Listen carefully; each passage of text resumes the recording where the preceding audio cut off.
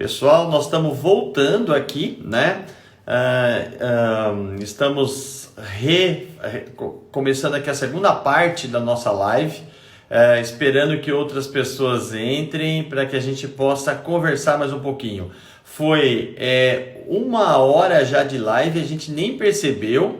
Vou chamar aqui. A gente não percebeu, está sendo muito bom o bate-papo, as pessoas já estão entrando de novo. O El chegou aqui novamente, já tivemos 1 hora e nem parece, né? Eu guardei algumas perguntas de cabeça, mas todas aquelas que foram feitas, o pessoal depois faz de novo, porque é bem legal. O tempo voou, o pessoal falando aqui que o tempo voou e voou mesmo, né? O pessoal já está entrando, ó, já estamos com 45, 56, olha que beleza, né? Estou me sentindo o máximo. Bom, enfim, aqui, olha lá, o pessoal está perguntando, tem semiárido em Pernambuco? E no Amazonas? E no Norte e Nordeste? Como que a gente faz, né? No Nordeste tem gente, hein? Ou depois vocês podem conferir lá no site da Semear. Eu tenho certeza que com esse crescimento, com todos os resultados positivos que nós estamos tendo, cada vez mais vai ter realmente parceiros da Semear aí pelo mundo afora. Tem novos projetos que estavam previstos aí antes da Covid, né? Mas vamos voltar a falar da doação solidária, da doação de ovos. Eu vou falar dos 3 casos que eu atendi essa semana, que são personagens, né, no nosso dia a dia, que às vezes pode ajudar a facilitar essas pacientes. Primeiro de tudo, né? Uma paciente de 40 anos, no limite da sua reserva reprodutiva. Para ser doadora de ovos, o programa da CBA, é claro que coloca algumas restrições, porque nós não podemos oferecer para as doadoras óvulos que não tenham a qualidade ou que possam gerar bebês com algum tipo de problema ou que reduza a chance de gravidez por aquele óvulo lá. Então, os óvulos têm que ser de pacientes jovens, porque a paciente jovem ela tem uma melhor capacidade reprodutiva, de fertilização, de implantação. Então, a chance de gravidez para essa paciente, para essa receptora, é muito maior. Então, a paciente tem alguns critérios, o que é normal no mundo inteiro, e tem que ser assim por respeito ao doador e por respeito à própria receptora, principalmente. Então, ela tem que ter menos de 30 anos, ela tem que fazer uma série de exames para saber se ela não tem nenhuma doença infecciosa, para que a doação seja feita com bastante consciência. Então, essa paciente com 40 anos, ela não pode ser doadora.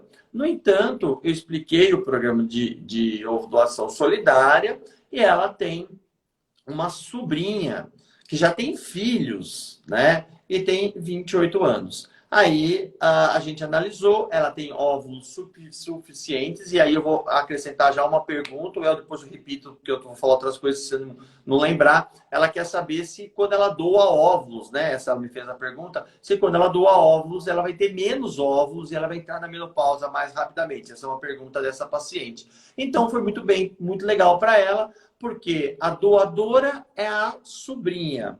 Porém, ela vai indicar como beneficiada por doar os seus ovos solidariamente a tia, né? Então, esse é um caso. O outro caso é de uma paciente de 27 anos, tá bom?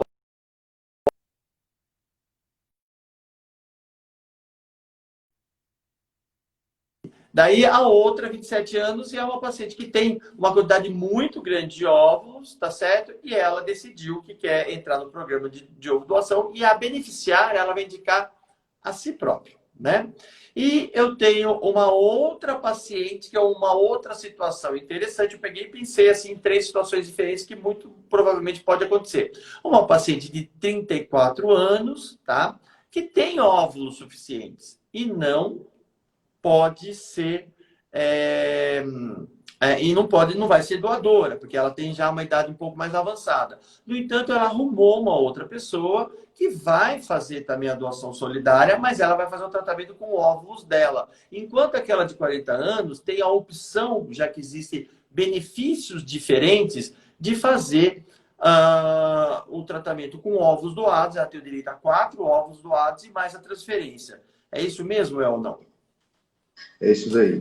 Outra pergunta bastante interessante que você colocou, a dúvida, de fato, e não só para doar, mas para todo mundo. se fazer estimulação e captar óvulo, gasta o ovário. Né? Faz a pessoa entrar na menopausa. Isso é um mito que, vamos dizer, muito comum, muitas pessoas têm essa dúvida. E não há qualquer impacto na reserva ovariana em se fazer estimulação e remover os óvulos. Por que não? Todo mês, todo dia, a mulher perde vários folículos que contêm o óvulo. Tá? Então, todos os dias, alguns folículos vão acordando e eles passam por um processo de desenvolvimento. A gente teve até na reunião a doutora Camila Toffoli, lá de Uberlândia, falando sobre isso, sobre o desenvolvimento folicular, que vai demorar vários dias. E esses folículos vão sendo selecionados ao longo desse processo de desenvolvimento, que até a ovulação demora 120 dias. Uma pequena parte dos folículos que acordam, mas bem pequena mesmo, sobrevive os primeiros 100 dias. E se torna identificado por ultrassom. E são só esses folículos que vão morrer em 2, 3 semanas, de qualquer jeito, que se respondem ao hormônio. E que vão crescer, e são esses folículos que a gente consegue colocar agudo. Então, a gente só consegue atuar nos folículos que a mulher vai perder de qualquer jeito em 3 semanas. Então, não faz a menor diferença. Assim como a pílula também não protege. Tem mulher tomando pílula até os 38 anos, para de tomar pílula, já está na menopausa. Então, tomar pílula não protege a reserva ovariana. Ovular ou não ovular, tirar o óvulo ou não perde. O que realmente danifica a reserva ovariana? São 2, 3 coisas. Primeira coisa, cirurgia que envolve o ovário. Acaba se danificando, pode entrar na menopausa mais rápido, ou pode aí ficar com menos óvulos mais para frente. Segunda coisa, quimioterapia. Quimioterapia, seja quimioterapia para transplante de medula óssea ou para câncer, também reduz a reserva ovariana, pode levar à menopausa precoce. E o terceiro é a radioterapia, também para câncer. Tá? Também pode causar um dano ovariano, então quando se faz radioterapia, uma das propostas é tirar o ovário do rumo da radioterapia para não haver dano aí na reserva ovariana. Tá? Então, seriam essas 3 coisas aí que realmente causam redução da reserva ovariana. Cirurgia, quimioterapia e radioterapia na região pélvica. Legal, Wellington. E falando disso, a gente está falando de diminuição da reserva ovariana, eu vou emendar aqui uma pergunta aqui da Leide, que fala, tenho endometriose, depois de 2 cirurgias, só me sobrou o ovário esquerdo. Há alguma dificuldade com relação à FIV? Hoje a gente estava discutindo, semana passada, nós estávamos discutindo a questão de operar pacientes com endometriose antes de ir para a FIV. A gente praticamente não faz mais isso. Vimos aí a apresentação de 2 colegas, parceiros, mostrando que nós temos mais sucesso fazendo a FIV antes de qualquer cirurgia de endometriose, porque quando a gente opera, você vê, ó, a Leide ficou sem um ovário, ela está com um ovário só. Então, isso vai ter alguma dificuldade? Pode ter, né, Leide? O Dr. Well vai falar, mas antes dele falar, eu já vou só dar uma resposta rapidinha aqui para a Aline, como descobrir a hidrossalpinge. A hidrossalpinge você descobre com um exame de imagem, pode ser aquele raio-x das trompas, a hidrossalpingografia, dar uma ideia, mas o melhor exame para descobrir isso é o ultrassom. Endometriose, Well. Vamos lá. Teve essa pergunta também do endometriose, que também envolve adenomiose, envolve leiomyoma. Nada disso afeta a chance de sucesso da fertilização in vitro. Então, as pessoas têm essa preocupação e não vale a pena nenhuma intervenção pensando em fertilização in vitro. Endometriose, a cirurgia só está indicada, só traz benefício para dor. E mesmo assim, danifica o ovário. Então, mesmo quando a pessoa opera para dor, existe uma perda da reserva ovariana e essa perda pode ser grande, pode ser muito importante. Pode ser suave, mas pode ser importante. Depende muito de quem opera, do tanto que a pessoa se preocupa com a reserva ovariana ou não. Então, muitos até agora vão colocar, ou está crescendo isso, que talvez antes de uma cirurgia de endometriose vale a pena congelar os embriões. Para você fazer ainda o tratamento, mesmo pensando na cirurgia para dor. Eu vou operar por dor. Se eu operar por dor, é possível que perca a reserva ovariana, não quer já guardar os embriões. Até porque quem tem uma endometriose grave desta forma, pouco frequentemente consegue uma gravidez natural. Ou frequentemente vai precisar recorrer à fertilização in vitro para ter um filho. Então não tem problema você congelar o embrião. Quanto antes você congelar, na verdade, melhor. Se congelar agora para ter filho daqui a 3 anos, é melhor do que fazer filho daqui a 3 anos. Tá? Então, é mais prudente. Então, congelar os embriões antes é uma estratégia adequada para ter filho, mesmo quando a pessoa quer ter filho daqui a 3, 4 anos. Tá? É mais vantajoso congelar agora do que fazer filho mais para frente. Então, não vale a pena operar. Tem muita gente ainda que sugere que tem que operar para melhorar o resultado da fertilização in vitro. Isso é a maior mentira que existe. Tá? Não tem nenhuma prova disso. A cirurgia traz riscos para a pessoa. Eu vejo pessoas que foram operadas sem dor, sem nada, para melhorar o resultado da fertilização in vitro, sem a menor evidência de benefício. Perdendo o ovário. O que eu vejo é que quem opera, a pior coisa da endometriose para a gente é quem operou. Porque perdeu a reserva ovariana e você não consegue mais o óvulo. E se não conseguir o óvulo, como a gente colocou no início, né, Francisco? 3 coisas que atrapalham: idade, baixa reserva ovariana e hidrossalpinge. A gente tem que pensar só nessas 3. O resto precisa tentar até conseguir. Essas 3 são fatores que realmente prejudicam. E a cirurgia prejudica de 2 formas. Prejudica porque perde tempo, aí vai atrasando para fazer o tratamento, vai ficando mais difícil, e prejudica porque frequentemente danifica o ovário e a gente consegue menos óvulos para o tratamento. Olha, pessoal, quero agradecer aqui a presença dos colegas, né, médicos, dos nossos parceiros que estão aqui nos prestigiando. Tenham certeza que eu vou estar prestigiando vocês também nas próximas lives aí com o Dr. Wellington. Quero só ver ele aguentar fazer tanta live, mas é isso aí. É muito bom você poder levar informações, né? A Renata fala: mulheres acima de 40 anos, a biópsia é indicada ou obrigatória? Renata, ela nunca é obrigatória. E a indicação vai da discussão com você, como a gente falou agora um pouquinho atrás, tá bom? E a paciente, não deve ser uma paciente, Marcela Garcia, ele tem aqui Sonhando Juntos, né? É o Instagram dela, então deve ser um Instagram bem relacionado à questão das tentantes. Faz uma pergunta que eu vou associar a outra aqui, tá bom? E já fazemos uma só. Ela quer saber algo bem interessante que eu ainda não tinha ouvido falar, né? Bom, gostaria de saber se a carência de lactobacilos pode afetar a implantação. Se sim, como suprir? E daí eu já vou emendar aqui uma outra que fala... deixa eu achar aqui, só um minutinho. Bom, eu vou de cabeça. Ela pergunta em relação a vitaminas e suplementos que possam melhorar a chance de gravidez. Então, vamos lá, vamos para essas duas. A pesquisa do microbioma tem alguns estudos iniciais sendo feitos, tá? O microbioma uterino, você faz a biópsia para analisar, mas extremamente inicial, sem nenhuma indicação clínica do uso, tá? Então, o que acontece? É muito frequente você ter várias pessoas fazendo pequenos estudos, e aí quando um pequeno estudo mostra o benefício, que é por acaso, já se justifica vender aquilo para todo mundo como se fosse uma maravilha. Em fertilização in vitro, para a gente realmente ter alguma segurança de que algo funciona, eu tenho que randomizar, eu tenho que dividir aleatoriamente 1.000 pessoas. 500 para fazer a intervenção e 500 para não fazer, e só depois disso comparar e ver se traz algum benefício. Não existe isso para quase nada, e para quase tudo aquilo que se acreditava que tinha uma vantagem, estudos bem feitos e grandes mostraram que não servia para nada. Tá? Então, tudo que a gente, às vezes, começou a acreditar, caiu tudo para o chão. A única coisa que funciona é colocar embrião dentro do útero.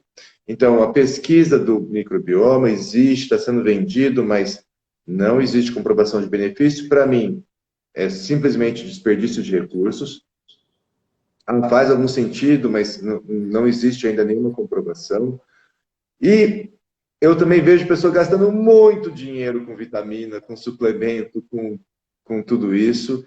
E também não existe qualquer comprovação de benefício de vitaminas para quem vai fazer fertilização in vitro. Existe alguma evidência pequena de antioxidante para homem, mas nada bem feito, assim como existe alguma evidência de estudos pequenos de coenzima Q10 e outros antioxidantes para mulher, de testosterona também, que a gente até usa, mas a gente pondera a questão de custo, de risco de efeito colateral. Então, pensando nesses suplementos todos, aquilo que a gente acha que o custo não é tão exorbitante e que traz pouco risco e que talvez traga um benefício no número de óvulos, que é muito importante, é o uso da testosterona, que a gente frequentemente acaba sendo liberal com isso, mesmo não tendo tanta evidência de benefício, mas porque a gente pondera que o custo é baixo, é R$ 30 por mês, então não é uma coisa que vai comprometer. Os efeitos colaterais indesejados são mínimos, muito pouca gente reclama, e então a gente acaba sendo um pouco mais liberal com essa intervenção que não é comprovada, mas é porque a gente pesa a questão do custo. Aí eu vejo pessoas gastando R$ 1.500 por mês com vitamina, que, em minha opinião, é um desperdício de dinheiro, poderia ser mais bem investido em uma repetição do tratamento, ou, se a pessoa tem dinheiro sobrando, guarda para fralda, porque criança custa muito caro. Depois São para cara. cuidar. Faculdade, principalmente. Faculdade. Eu tenho aqui uma pergunta bem para o momento, né? Quem positivou para o Covid-19 tem que esperar quanto tempo para iniciar o tratamento? É fantástico. Não, assim, teoricamente, 14, para começar o tratamento, com praticamente nada. Seria porque a gente não vai transferir naquele mesmo momento o embrião e ela não vai chegar naquele mesmo momento na clínica. É importante para que possa vir na clínica a pessoa que foi diagnosticada. Então a gente faz, tá entrevistando todas as pessoas de sintomas sobre sintomas de Covid. Isso, a gente cancela o tratamento da pessoa que tiver esses sintomas ou tiver entrado em contato, se for a menos que 14 dias, para evitar trazer essa doença para a clínica e ficar disseminando para as outras pessoas. Então, a gente tem esse cuidado, tá? Essa é uma coisa para a gente evitar a transmissão entre as pessoas. Então, se a pessoa está com agora e ela vai começar o tratamento daqui 5 dias, ela vai chegar na clínica daqui 15 dias, ela já passou esse período de 14 dias aí, que é a quarentena para se deixar de transmitir. E principalmente se ela for uma pessoa sintomática, ela vai transmitir muito menos tempo, vai transmitir 2, 3 dias. Se ela tiver uma forma de doença grave, obviamente não vai continuar o tratamento, não vai fazer captação de óvulo com dificuldade respiratória, não faz nem sentido, tá? Mas é esse o cuidado que a gente toma. Legal. Então não teria que esperar muito tempo, não. Seria esperar um tempinho, 5, 10 dias para começar o tratamento, mas geralmente as pessoas têm que esperar menstruar, então eu não acho que acrescenta muita coisa. O único problema é se ela descobrir na hora que for começar o tratamento. Aí eu acho que vale a pena deixar para o mês seguinte, pular um mês. Tá? O maior problema é ter a doença depois que começou, porque aí a gente vai ter que suspender, Sim, né? a gente vai ter que suspender aquele tratamento para começar no mês seguinte. Tem algumas perguntas que a gente já respondeu na primeira parte. Lembre-se que a primeira parte está lá no meu Instagram gravada. Então, se a pessoa quiser assistir, tá lá, tá bom? Tá lá no IGTV, tá? Então, perguntas sobre endometriose, perguntas sobre adenomiose, que são algumas coisas que a gente já respondeu sobre o banco de sêmen da Semear, tá bom? Aí a Priscila pergunta: a doadora precisa ser jovem e já ter filhos? Se não tiver filhos, não pode ser doadora para alguém? Não, Priscila. A doadora tem que ter menos do que 30 anos, tá? E ela não tem necessidade de ter tido filhos de forma nenhuma. Ela, mesmo que não tenha tido filhos, ela pode ser doadora solidária, sim, tá? E lembre-se sempre que quando a gente fala doar para alguém, ela não vai doar para aquela que ela quer beneficiar, né? Então, às vezes a pessoa fala assim: eu vou trazer minha irmã para doar para mim. Não. A irmã vai doar para o banco de óvulos da Semear e a Semear vai encontrar uma outra doadora compatível para ela. Essa é uma dúvida frequente, sim, também, tá bom? E precisa ter, tem que ter 18 anos no mínimo, alguém já esclareceu ela aqui, tá? Daí nós temos mais algumas coisas de endometriose que a gente já respondeu. Tem uma filha de 18 anos que poderia doar e me indicar, mas tenho medo dela passar pela simulação. É uma situação dela sendo sua filha que acho que você tem que realmente conversar com ela. Aí tem aqui uma pergunta bem legal para a gente já começar a caminhar aqui para o fim também, né? Que eu sei que todos devem estar cansados, que é em relação eu já fiz uma FIV e não deu certo. Então eu quero saber se a próxima FIV que eu vou fazer agora eu tenho mais chance. Então ela quer assim, essa é uma dúvida bem, bem interessante mesmo, né? Porque as pessoas falam, quanto mais vezes você faz, mais chance você tem. Mas como que a paciente ela encara isso? Então ela vem pensando, olha, se eu fiz a primeira, eu tinha 60% de chance, na segunda, então eu vou ter 65%, na terceira, então na segunda, na terceira chance, eu tenho tratamentos, eu tenho mais chance de sucesso? O que você acha? Essa é uma pergunta bem comum, mas tem a ver com questão estatística. Então, quando a gente fala, por exemplo, vamos dizer assim, dá para trazer isso para uma forma intuitiva. Se você puder jogar, você escolhe um número para jogar do dado, você tem 17% de chance de acertar. Tá? Escolhe 6. Então, escolhe dois números do dado, você tem 33% de chance de acertar. Mais fácil. Uma chance em 3. Escolhe dois números. Você tem 33% de chance de acertar. Se você puder jogar só uma vez, tem 33%. Se você puder jogar, e você tem 66% de chance de errar. Se você puder jogar 10 vezes o dado, tem uma chance muito alta de conseguir acertar um dos dois números que você escolheu. Só que se você errou até a nona, na 10ª você continua tendo os mesmos 33% de chance de acertar. Então, não é simplesmente uma estatística cumulativa e para frente. Então, 3 vezes dá mais que uma vez? Dá. Mas se você errou as duas primeiras, na terceira você tem a mesma chance da primeira. Então, não é algo, não aumenta a chance, mas felizmente também não diminui, ou pelo menos não diminui muito. A pessoa que fez 4 vezes e não engravidou, ela continua tendo a mesma chance da primeira. Então não reduz muito. Isso a gente vê por centros japoneses que fazem muita repetição. E a gente vê na CMR também. Pessoa com baixa chance, às vezes vai engravidar na 7ª vez, na 8ª vez dá certo. Tá? Então, sim, toda vez que se faz, você tem uma chance muito parecida.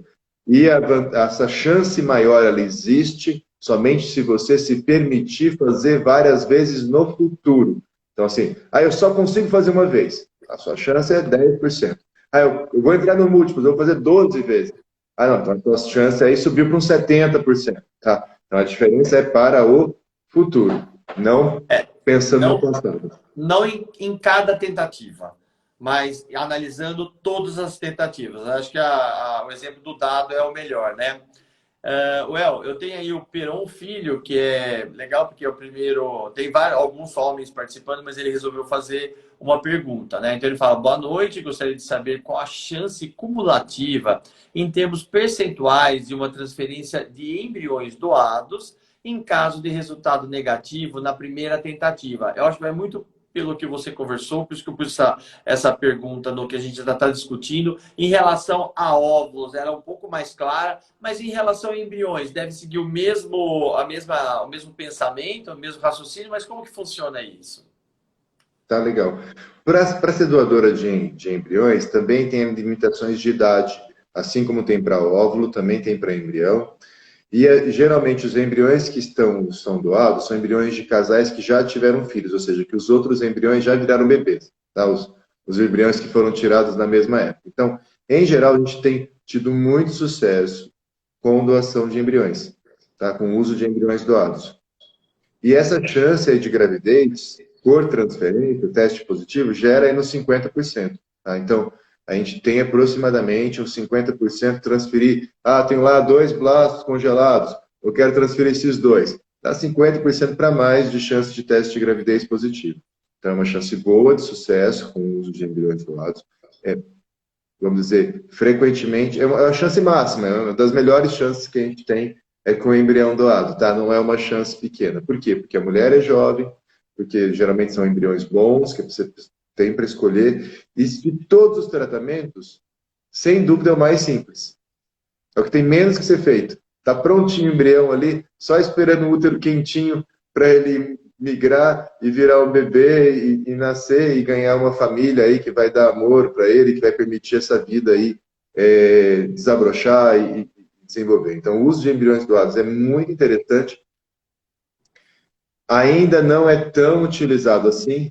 A gente tem uma certa restrição, mas de oferta, mas está cada vez mais pessoas doando embrião para ajudar outras pessoas a conquistar a família, as pessoas se sentem felizes em poder doar, em estar ajudando. Então, eu acho que esse também é um futuro que a gente vai ter, o uso de embriões doados, e que tem uma grande facilidade em relação à adoção, vamos dizer assim, que comparação, porque é muito mais rápido, né? A adoção tem todo um processo, difícil encontrar, e esse você usa o embrião doado, você vai gestar, é tudo exatamente igual a uma gravidez normal, a única diferença é a fonte do material genético, mas isso, em minha opinião, é muito pouco relevante. O que importa para ser pai, para ser mãe, é criar, é cuidar, é dar educação, é dar carinho, é isso que se torna pai e mãe é esse convívio, não é a carga genética. Sem dúvida, a gente até percebe que as crianças que são até adotadas, não necessariamente da questão dos embriões doados, né, que gestam os embriões doados, são adotadas,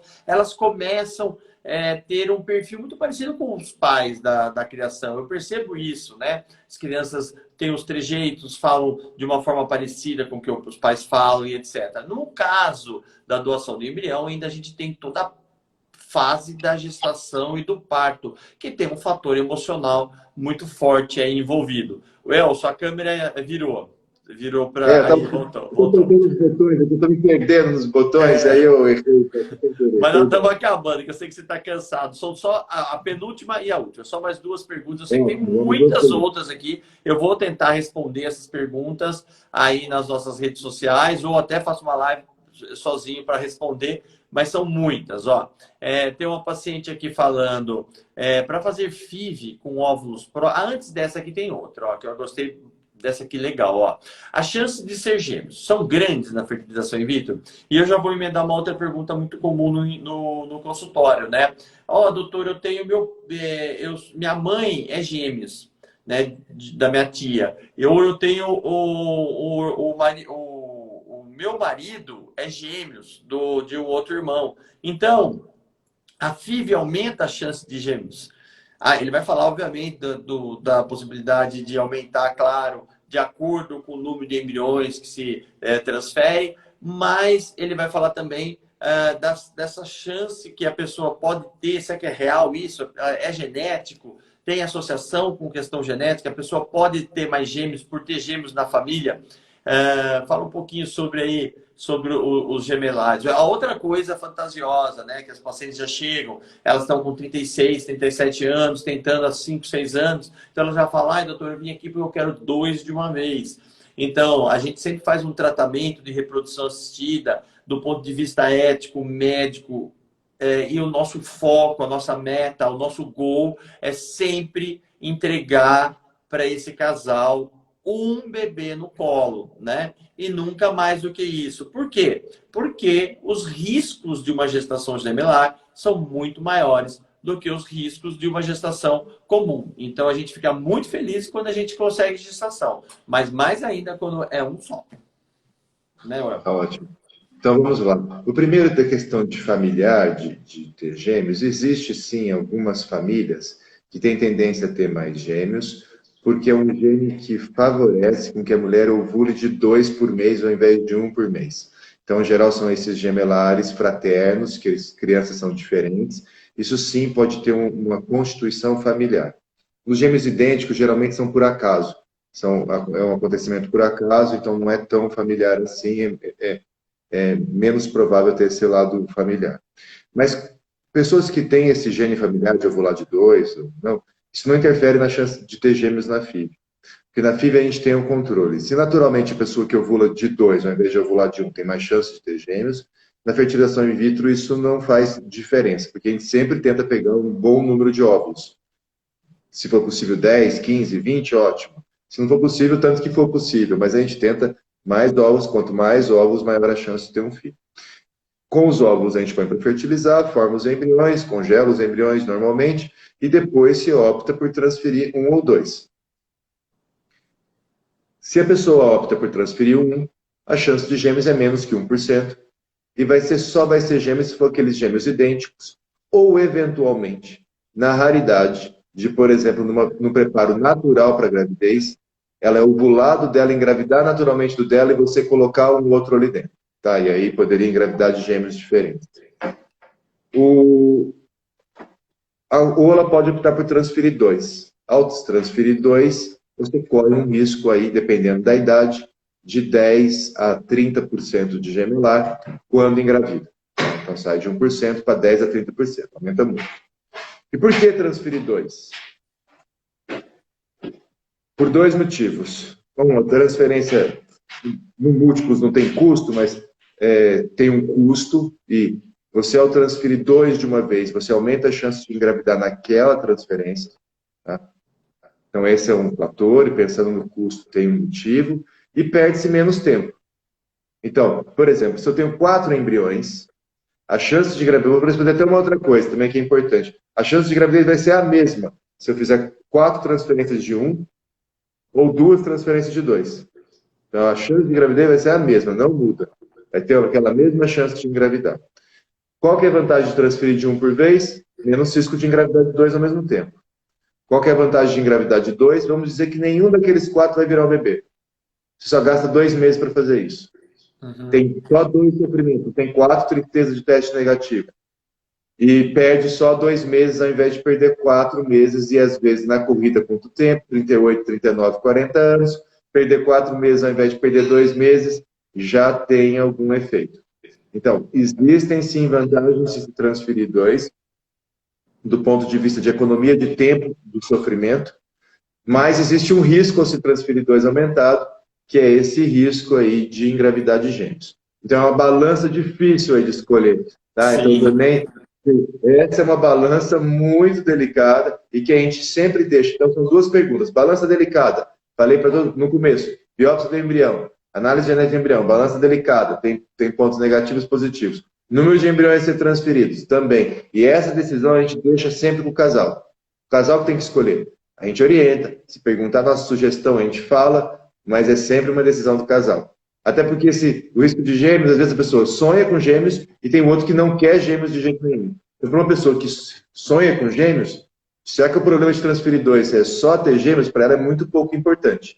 Para a pessoa que não quer ter gêmeos de jeito nenhum, ela vai preferir transferir de um em um. Então, é uma decisão, esses riscos todos têm um peso para o casal muito diferente dependendo do casal. E a gente tem a decisão não é nossa, a decisão é de quem está sendo tratado. Exatamente, é isso que eu ia falar. Essa conversa que nós temos que ter com o casal, ela é muito importante, colocando essas questões, né, de chances e colocando nessa balança custo e benefício. Vamos para a última pergunta. Como eu falei, tem várias. Eu vou deixar depois, eu vou pegar todas as perguntas e de repente eu faço outra live tentando explicar algumas, porque é mais fácil falar do que escrever tudo isso, né? Enfim, daqui no meu Instagram a gente vai falando. O que eu não souber, eu pergunto para o El antes. Fica tranquilo aí, pessoal. Bom, mas a última pergunta tem a ver com reserva ovariana, né? A paciente falou que para fazer FIV com óvulos próprios, quanto que é o mínimo do antimileriano? Então, o antimileriano é um hormônio, ele é um hormônio produzido pelos folículos que contém os óvulos. Então, quanto mais folículo, maior é a quantidade do hormônio antimileriano dessa paciente. E quanto menor, aí é menor essa quantidade. Abaixo de 1, a gente chama de baixa reserva. E ela quer saber, sim, com óvulos próprios. Eu acho que esse número é um número difícil de mágico, assim, né? Mas é tudo estatística. O Wellington produziu uma calculadora que a gente vai trocando lá o valor do hormônio antimileriano. Mas se você tiver 1% de chance, você tem chance, entendeu? Então a decisão é sua, não é isso, El? Exatamente. Então não tem o ponto mágico de corte. E na calculadora também lembrar que é sempre importante a gente pensar que a idade também tem um impacto grande. Então, o hormônio antimileriano ou a contagem de folículos mais a idade permite que a gente utilize uma calculadora para oferecer para o casal qualquer probabilidade de engravidar com óvulos próprios. E a gente tem que juntar com isso também o risco de aborto com óvulo próprio, o risco de síndrome de Down com óvulo próprio, na decisão entre vou usar óvulo próprio, vou usar óvulo doado. E também uma decisão do casal, nunca uma decisão do médico. Tá? Usar óvulo próprio para usar óvulo doado é sempre uma decisão do casal. Assim como usar sêmen de doador, ou insistir com sêmen próprio quando não tem sêmen por masturbação, ou quando o resultado é ruim. Então, uma decisão do casal. A função do médico é só dar essa estimativa. Olha, usando seus óvulos, a chance é 3%. Usando óvulo doado é 50%. E aí, o que você vai escolher? Tem certo e tem errado? Não tem. Do ponto de vista de facilidade, não tem nem dúvida, ao usar óvulo doado, aumenta a chance de ter um filho, reduz o risco de aborto, reduz o risco de ter um filho com síndrome de Down. Mas aí tem a questão do apego à carga genética. Então, essa decisão aí, a gente usa os números para fazer a conta, mas a decisão vai sempre do coração da pessoa, se ela está aberta para aceitar a doação de óvulo ou não. Beleza, Well, muito obrigado, né? Quero agradecer demais.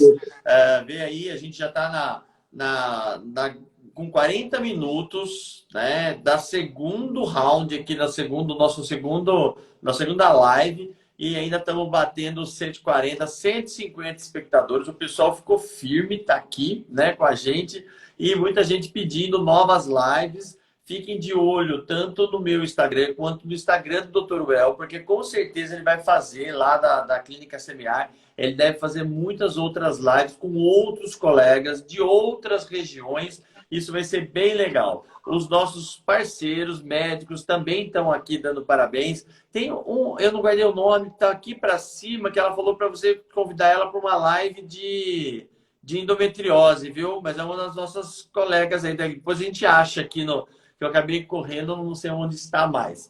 Mas foi um grande prazer, El, muito obrigado pela sua participação, extremamente esclarecedora, as pacientes adoraram, eu também gostei muito e espero que possamos fazer outras. Uma boa noite dessa quinta-feira de feriado para você, que dispôs do seu tempo para estar aqui com a gente. Boa noite e muito obrigado, El. Boa noite a todos. Muito obrigado aí, muito obrigado aos comentários e a todos os participantes que ficaram essa hora e meia com a gente, até um pouquinho mais. Até mais. Obrigado, gente. Boa noite a todos. Boa noite.